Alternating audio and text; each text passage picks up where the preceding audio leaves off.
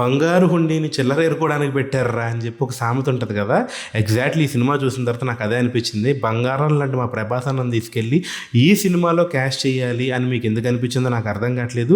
ఈ సినిమాకి నిజంగా ప్రభాస్ అవసరమా అని అనిపించింది నాకు సినిమా చూసిన తర్వాత. సో రివ్యూలోకి వెళ్ళే ముందు మనం ఫస్ట్ టైం కనుక మీరు మన ఛానల్ చూస్తున్నట్లయితే, మన రివ్యూ చూస్తున్నట్లయితే లైక్ చేయండి, షేర్ చేయండి, నచ్చితే సబ్స్క్రైబ్ చేసుకోండి. సో రివ్యూలోకి వెళ్ళిపోయే ముందు అసలు ఏంటి ఈ సినిమాలో ఏం నచ్చింది ఏం నచ్చలేదంటే, నాకైతే సినిమా మొత్తం చూసిన తర్వాత ఈ సినిమా చూడడానికి, ఒకవేళ సినిమా చూసి సర్వైవ్ అవ్వడానికి ఒకే ఒక్క రీజన్ ఏదైనా ఉంది అంటే అది ప్రభాస్ అంతే. ఆయన యాక్టింగ్ కానీ, ఆయన స్వాగ్ కానీ, ఆయన లుక్స్ కూడా చాలా బాగున్నాయి ఇందులో. సో ఆయన తప్ప ఇంకా సినిమాలో ఏ టెక్నికల్ టీము ఏ విధంగానూ పనిచేయలేదు, ఏ డైరెక్షన్ టీము పనిచేయలేదు. ఎందుకు పనికిరాని ఒక సినిమా తీసి అది ప్రభాస్ అన్న బ్రాండ్తో రిలీజ్ చేసుకున్నారు అని అనిపించింది నాకు సినిమా చూసిన తర్వాత. ప్రభాస్ అన్న స్వాగ్ని కంప్లీట్గా మిస్యూజ్ చేసుకున్నారు. పూరి జగన్నాథ్ ఎలా అయితే బుజ్జిగాడి సినిమాలో ప్రభాస్ స్వాగ్ని బయటకు లాగాడో, ఇందుట్లో అదే స్వాగ్ని తీసుకొచ్చి సినిమా స్టోరీతో సంబంధం లేకుండా ఆ స్వాగ్ని మాత్రమే ఒక యూఎస్బీగా వాడుకున్నారు. నాకు అది మాత్రం అస్సలు నచ్చలేదు. ప్రభాస్ అన్న యాక్టింగ్ చెతక్కొట్టాడు, కామెడీ టైమింగ్ చెతక్కొట్టాడు, యాక్షన్ చెతక్కొట్టాడు, అన్నీ బాగా చేశాడు. డైరెక్టర్ సపోర్ట్ చేయట్లేదు, టెక్నికల్ టీమ్ సపోర్ట్ చేయట్లేదు, ఆఖరికి తమనన్న కూడా సపోర్ట్ చేయట్లేదు. పాపం ప్రభాస్ అన్న ఎంతని హ్యాండిల్ చేయగలుగుతాడు మూవీని, ఒక్కడే ఎంతని మోయగలుగుతాడు. ఈ సినిమా రిలీజ్ చేసినప్పుడే ఒక హారర్ కామెడీ, ఈ హారర్ కామెడీ అనే జానర్ కనిపెట్టిందే నేనని మారుతి గారు ఒక బ్రాండ్ వేసుకొని హారర్ కామెడీతో రిలీజ్ చేశారు. బట్ లిటరలీ భయ్యా ఇందులో హారర్ ఎక్కడ ఉంది అసలు? ఒక్క సీన్ అంటే ఒక్క సీన్ కూడా భయపడేది ఉండదు. ఒక్క సీన్ అంటే ఎక్కడా కూడా మీకు స్కేరీ జంప్స్ అంటారు కదా, అట్లా ఉండదు, భయం ఉండదు, ఏముండదు. ఈ సినిమాలో హారర్ ఉంటుంది, ఈ సినిమాలో కామెడీ ఉంటుంది, ఈ సినిమాలో ఎమోషన్ ఉంటుంది. కానీ దరిద్రం ఏంటంటే హారర్ వచ్చినప్పుడు నవ్వు వస్తుంది, కామెడీ వచ్చినప్పుడు ఏడుపు వస్తుంది, ఎమోషనల్ సీన్ వచ్చినప్పుడు బాధ వేస్తుంది, చాలా ఆపేయాలి. సో ఇట్లా మిస్ మ్యాచ్ అయిపోయింది సినిమా. నాకు ఓన్లీ ప్రభాసం చూస్తే చాలు, చాలా రోజులు అయిపోయింది ఆయన ఇలాంటి క్యారెక్టర్లో చూసి, మళ్ళీ ఇలాంటి క్యారెక్టర్ చేస్తాడో లేదో కూడా తెలీదు అని మీరు అనుకుని థియేటర్కి వెళ్తే మాత్రం కంప్లీట్గా వెళ్ళి చూసేయచ్చు. ఎందుకంటే ఆయన స్వాగ్ మూమెంట్స్ కొన్ని ఉంటాయి, కొన్ని కామెడీ టైమింగ్ ఉంటుంది, ఆయన లుక్స్ బాగున్నాయి, ఆయన యాక్టింగ్ ఇదివరకు ఎప్పుడో ఈ మధ్య అన్ని ప్రభాస్ చేసేవన్నీ కూడా హై లెవెల్ సీరియస్ క్యారెక్టర్స్ చేస్తున్నాడు. ఆ జోన్ నుంచి బయటకు వచ్చి కొంచెం డిఫరెంట్గా చేసినట్టు అనిపించింది. సో ఆ వరకు మీరు ప్రభాస్ మాత్రమే చూస్తే చాలు, నాకు స్టోరీతో సంబంధం లేదు అనుకుంటే హ్యాపీగా వెళ్ళి చూసేయచ్చు. బట్ మీకు స్టోరీ కావాలి, ప్రభాస్ అన్న ఒక మంచి క్యారెక్టర్లో చూడాలి అని అనుకుంటే మాత్రం కంప్లీట్గా డిసప్పాయింట్ అవుతారు. ప్రభాస్ తప్ప సినిమా మొత్తం టెక్నికల్ ఫెయిల్యూరే. అసలు డైరెక్షన్ బాగోదు, స్క్రీన్ ప్లే బాగోదు, ఆర్ట్ వర్క్ బాగోదు, యాక్షన్ సీక్వెన్సెస్ టూ మచ్ దారుణం అనమాట. తాళ్ళు కట్టి లాగుతున్నట్టు అర్థమవుతూ ఉంటుంది. లైటింగ్ బాగోదు, లైట్స్ అన్నీ మీకు వెనక నుంచి లైటింగ్ పడుతున్నట్టు తెలిసిపోతూ ఉంటుంది. కాస్ట్యూమ్స్ బాగోవు, అవసరం లేని చోట ఎక్స్పోజింగ్ కాస్ట్యూమ్స్ వాడుతూ ఉంటారు, ఏంటేంటో వాడుతూ ఉంటారు. అసలు సెట్స్ బాగోదు, అది క్లియర్గా అర్థమైపోతుంది.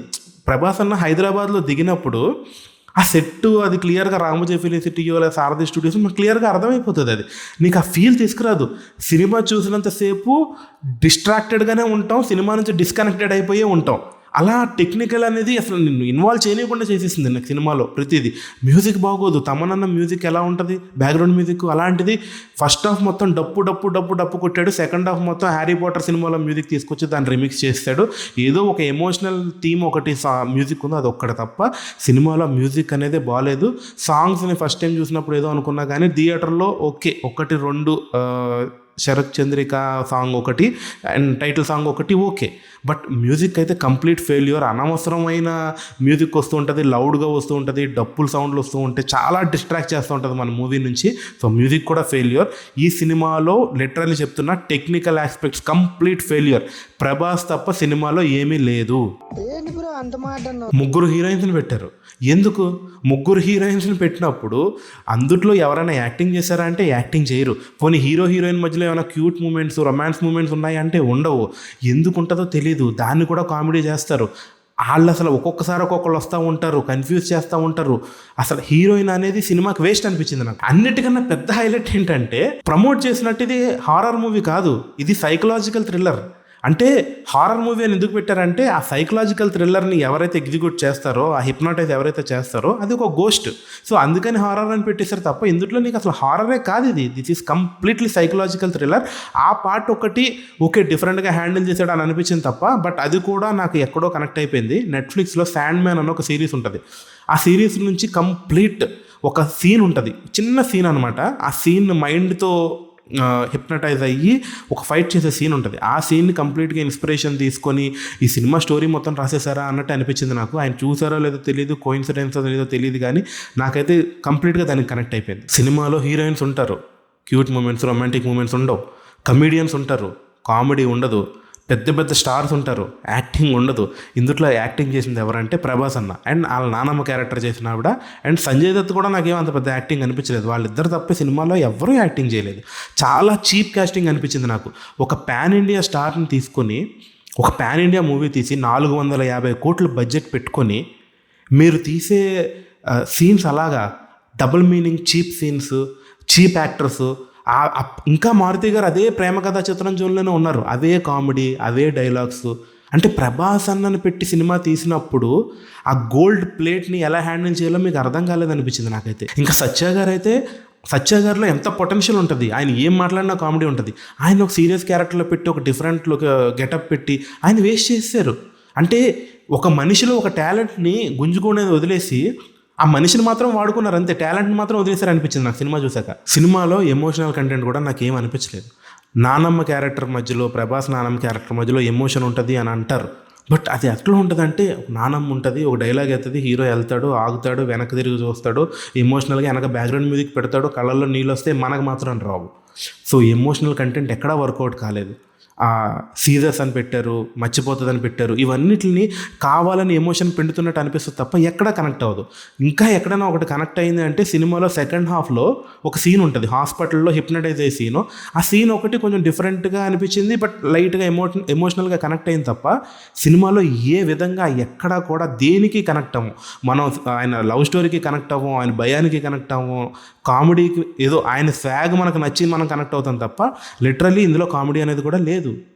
ప్రభాస్ అన్న యాక్టింగ్లో కామెడీ వచ్చింది తప్ప రైటింగ్లో కామెడీ లేదు. మంచి స్టోరీ తీసుకున్నారు, ఒక డిఫరెంట్ స్టోరీ తీసుకున్నారు, బట్ దాన్ని ఎలా ఎగ్జిక్యూట్ చేయాలో తెలియక కన్ఫ్యూజ్ అయిపోయి క్లమ్జీగా పిచ్చిగా చేసేసి సీన్కి కనెక్టివిటీ లేకుండా ఒక సీన్ వస్తుంది, ఆ సీన్లో ఒక ఎమోషన్ ఉంటుంది, దాన్ని అక్కడితో కట్ చేసేస్తారు. ఆ కట్ చేయడం కూడా మంచిగా కట్ చేస్తారా అంటే బ్లాక్ డిజాల్వ్ ఉంటుంది మన ఎడో ప్రీమియర్లో ఎడిటింగ్ చేసినప్పుడు, అట్లా సీన్ నుంచి సీన్కి డిజాల్వ్ అవుతుంది సీన్. అంటే ఆ సీన్ నెక్స్ట్ సీన్కి కనెక్షన్ ఉండదు, సెపరేట్ సెట్ ఆఫ్ సీన్స్ అన్నింటిని తీసుకొచ్చి కలిపేసి పెట్టినట్టు అనిపిస్తూ ఉంటుంది. అండ్ ఆ స్టోరీలో కూడా ఒక కంటెంట్ ఉండదు, దెయ్యం ఉంటుంది, ఆ దెయ్యానికి ఫుల్ పవర్స్ ఉంటాయి, దానికి హిప్నటైజ్ చేయాల్సిన అవసరం ఏముంది? అలాంటప్పుడు దెయ్యం క్యారెక్టర్ పెట్టాల్సిన అవసరం ఏముంది? ప్రతి సీను పరుగు పరిగెడుతూనే ఉంటుంది. ఈ సీన్ అయిపోవాలి, ఈ సీన్ రావాలి అంటే ఈ సీన్ అయిపోవాలి, ఈ సీన్ మనకు పండాలి అంటే ఇంకో క్యారెక్టర్ వచ్చేయాలి, ఆటోమేటిక్ వచ్చేయాలి, వెంటనే వాళ్ళకి కావాల్సిన దొరికేయాలి. ఎందుకంటే మనకు నెక్స్ట్ సీన్ హడావుడి అయిపోయింది, టైం లేదు మనకు, 2.5 గంటల్లో సినిమా తీసేయాలి లేదా 3 గంటల్లో సినిమా తీసేయాలి. సో ఫాస్ట్గా అయిపోవాలి, అన్ని ఎలిమెంట్స్ కావాలి, మనకి లవ్ కావాలి, మనకి సాంగ్స్ కావాలి, మనకి ఫైట్స్ కావాలి, అన్నీ కావాలి, ఫాస్ట్గా చేసేయాలి. ఆ హర్రీనెస్, ఆ కంగారు అయితే సినిమాలో కనిపిస్తుంది. దానివల్ల అసలు ఎక్కడా కనెక్ట్ అవ్వం సినిమాకి. చాలా కన్వీనియంట్ స్క్రీన్ ప్లే లాగా అనిపిస్తుంది. అసలు ఒక అడవి ఉంటుంది అనమాట, నర్సాపూర్ అడవిలో ఒక ప్యాలెస్ ఉంటుంది, ఆ ప్యాలెస్లో ఈయన ఉంటాడు అని చెప్పి ఆ ప్యాలెస్ని కనుక్కునే సీన్ ఎక్కడ ఉంటుంది? డైరెక్ట్ వెళ్ళిపోతాడు, భూతద్దం పెట్టి చూస్తాడు బైనోక్యులర్స్తో, అక్కడ చూడంగానే ప్యాలెస్ ఉంటుంది, వెళ్ళిపోతాడు. ఇంకా మిగిలిన క్యారెక్టర్స్ అందరూ కూడా డైరెక్ట్ ఆటోమేటిక్గా అత్తారింటికి వచ్చినట్టు వచ్చేస్తూ ఉంటారు. ఒక్కొక్క హీరోయిన్, తర్వాత ఇంకొక దెయ్యాలను పట్టేటోడు, అట్లా అందరూ అక్కడ నుంచి బయటికి రావడమే కష్టం అనుకుంటే ఒక్కొక్కరు వస్తూ ఉంటారు అనమాట, ఇష్టం వచ్చినట్టు వచ్చేస్తూ ఉంటారు. చాలా కన్వీనియంట్. అంటే ప్రభాస్ అన్నని పెట్టి ఇలాంటి స్టోరీ తీయాలి, ఇలాంటి సీన్స్ తీయాలి, లాజిక్ లేకుండా ఇంత బడ్జెట్ని ఇంత మిస్యూజ్ చేసుకుంటారని అయితే నేను అనుకోలేదు, నిజంగా అసలు ఎక్స్పెక్ట్ చేయలేదు. మారుతి లాంటి డైరెక్టర్కి ఇది ఒక పెద్ద ఆపర్చునిటీ. ఆయన కెరియర్ డౌన్ అయిపోతున్న టైంలో ప్రభాస్ అన్న ఈ ఆపర్చునిటీ ఇచ్చారు. దాన్ని ఎంత నిలబెట్టుకోవాలి, ఎంత కంటెంట్ ఉండాలి. మీ కంటెంట్ రాయడం రాకపోతే డైరెక్టర్స్ని హైర్ చేసుకోండి, వాళ్ళ ఐడియాస్ తీసుకోండి, అంతేగాని ఎందుకని ఇలాగా పిచ్చిగా ఒక పెద్ద స్టార్ని పెట్టుకొని తీసారో నాకైతే అర్థం కాలేదు. మారుతి గారు అయితే మాత్రం ఇది నా సినిమా, నా ఇష్టం, నేను ఏదైనా రాసుకుంటా, నా ఇష్టం వచ్చిన డైలాగులు పెట్టుకుంటా, సంబంధం లేని డైలాగులు పెట్టుకుంటా, సంబంధం లేని సీన్లు పెట్టుకుంటా, నువ్వు చూస్తే చూడు లేదంటే లేదు అన్నట్టే తీశారు. ఇది ఒక ప్రభాస్తో తీసిన సినిమా లాగైతే నాకు అనిపించలేదు. దీనికి ప్రభాస్ అవసరం కూడా లేదు. దీంట్లో ఏ టైర్ 3, టైర్ 4 హీరోలు పెట్టి తీసుకున్నా కూడా సినిమా ఇదే ఇంపాక్ట్ ఉంటుంది. ఓన్లీ ప్రభాస్ ఉన్నాడు కాబట్టి ఈ సినిమాకి అందరూ వస్తున్నారు తప్ప ఇందులో ప్రభాస్ గారిని హైర్ చేసుకోవాల్సిన అవసరమే లేదు. చాలా మిస్గైడ్ చేశారు. ట్రైలర్లో ఏవైతే సీన్స్ ఉంటాయో అవే సీన్స్ సినిమాలో హైలైట్, అంతే. ఆ హైలైట్ సీన్స్ అనేది తీసుకొచ్చి ట్రైలర్లో పెట్టారు. అవి కూడా ముక్కల కింద ఉంటాయి. ఏదో స్టోరీ ఉంటుంది అనుకుంటే ఆ ట్రైలర్ అంతా కూడా మీకు సినిమాలో ఒక సెట్ ఆఫ్ సీన్స్ దగ్గర అయిపోతుంది. మిగిలినంతా సెపరేట్ స్టోరీ మీద వెళ్తూ ఉంటుంది. అసలు ట్రైలర్లో హైలైట్ సీన్ ఒకటి ఉంటుంది, అప్ సైడ్ డౌన్ సీన్. ఆ సీనే ఎగరగొట్టేశారు. అసలు ఆ సీనే లేదు.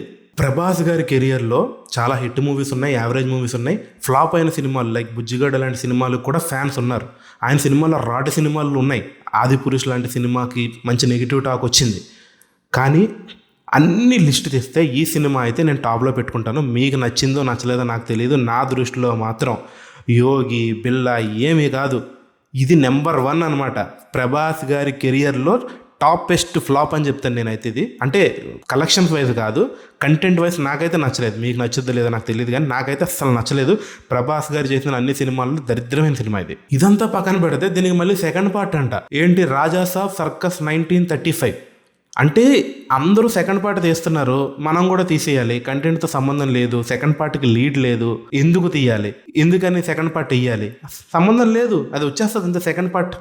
దీనికోసం ఆ మారుతి గారు అంత ఎమోషనల్ అయిపోయింది ప్రీ రిలీజ్ ఫంక్షన్లో. దీనికోసం ఆ డైరెక్ట్ అడ్రస్ ఇచ్చేసి సినిమా నచ్చకపోతే మా ఇంటికి వచ్చి నన్ను అడగండి అని అన్నది. ఇదా మీరు ఇచ్చిన కంటెంట్? అంటే ఇది మీ కెరియర్లో మీరు ఇచ్చిన బెస్ట్ అనుకుంటున్నారా? అసలు అది నిజంగా రియల్ అడ్రస్సేనా? అండ్ నాకు ఇంకొక లాజిక్ ఒకటి కనపడింది సినిమా చూసిన తర్వాత. ఈ గోపీచంద్ గారు ప్రభాస్ చాలా మంచి ఫ్రెండ్స్. సో వీళ్ళిద్దరూ ఫ్రెండ్స్ అవ్వడం వల్ల ప్రభాస్ గారు మొహమాటానికి పోతున్నారేమో అనిపిస్తుంది నాకు. ఎందుకంటే జిల్ సినిమా తీసిన డైరెక్టర్తో ఆయన రాధేశ్యామ్ తీశారు. తర్వాత ఇదే మారుతితో దీనికి ముందు గోపీచంద్ గారు పక్కా కమర్షియల్ అనే మూవీ తీశారు. సో ఆ గోపీచంద్ గారి నుంచి ఏమైనా వెనక మోటివేషన్ వస్తుందా, రికమెండేషన్ వస్తుందా? ఈయన మొహమాటానికి పోయి ఏమైనా అనుకుంటాడని చేస్తున్నాడా? ఆ స్క్రిప్ట్ సెలెక్షన్ ఏందో నాకు అర్థం కావట్లేదు. సో ఆ మొహమాటానికి పోకుండా ఉండాలి. ప్రభాస్ గారు ఇప్పుడు ఎవరు అందుకోలేనంత ఎత్తులో ఉన్నారు, ఒక సూపర్ స్టార్ కన్నా ఎక్కువ ఉన్నారు. సో అలాంటప్పుడు ఇలాంటి మొహమాటాలకి వీటికి వెళ్ళకూడదు, చూసి సెలెక్ట్ చేసుకోవాలనేది నా ఉద్దేశం. తెలుగు ఫిలిం ఇండస్ట్రీలో జీరో హ్యాటర్స్ ఉన్న సూపర్ స్టార్ ఎవరైనా ఉన్నారంటే అది నేను ప్రభాస్ అనే చెప్తాను. సో ఆయనకి ఇలాంటి సినిమాలు పడడం అనేది చాలా బాధగా అనిపిస్తుంది నాకు. ఈ సినిమా ట్రైలర్ చూసినప్పుడు అసలు ఫస్ట్ ఆఫ్ ఆల్ ఈ సినిమా అనౌన్స్ చేసినప్పుడే నాకు చాలా బాధ అనిపించింది. అరే మారుతి గారు ప్రభాస్ గారు కాంబినేషన్ ఏంటి, ఏదో గాసిప్ అయి ఉంటుంది, రాకుండా ఉంటే బాగుండు అనుకున్నాను. బట్ అది సెట్స్ మీదకి వెళ్ళిపోయింది, రిలీజ్ కూడా అయిపోయింది. సో ట్రైలర్ అవి చూసినప్పుడే నాకు క్లారిటీ వచ్చింది.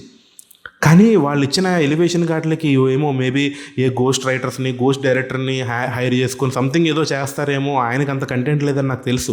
సో చేస్తారేమో అనుకున్నాను. బట్ లిటరల్లీ చాలా అంటే చాలా డిసప్పాయింట్ చేశారు భయ్య.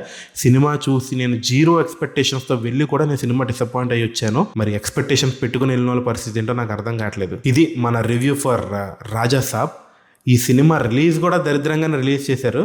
ఆ టికెట్లు పెంచడం కోసం, వాటి కోసం అది చేసి ఇది చేసి ఆడియన్స్ని ఆ థియేటర్ దగ్గర మొత్తం రచ్చరచ్చ చేసి థియేటర్ ఆడియన్స్కి అసలు ఆన్లైన్లో టికెట్లు ఇవ్వకుండా ఆఫ్లైన్లో బ్లాక్లో అమ్మేసి వాటికి మళ్ళీ రిఫండ్ ఇచ్చి తెలంగాణలో మళ్ళీ సడన్గా రాత్రి 11:30కి సినిమా అంటే 11 గంటలకు షో రిలీజ్, ఆన్లైన్ రిలీజ్ చేసి వెళ్ళిన తర్వాత మళ్ళీ 12:30కి షో వేసి రచ్చరచ్చ చేశారు. నిన్నైతే ఏదో లక్కీగా కనీసం ఆ షో పడింది. నైట్ అయితే ఈ సినిమా చూశాను, బట్ కొన్ని అనివార్య కారణాల వల్ల నైట్ రివ్యూ చెప్పలేక ఇప్పుడు చెప్తున్నాను.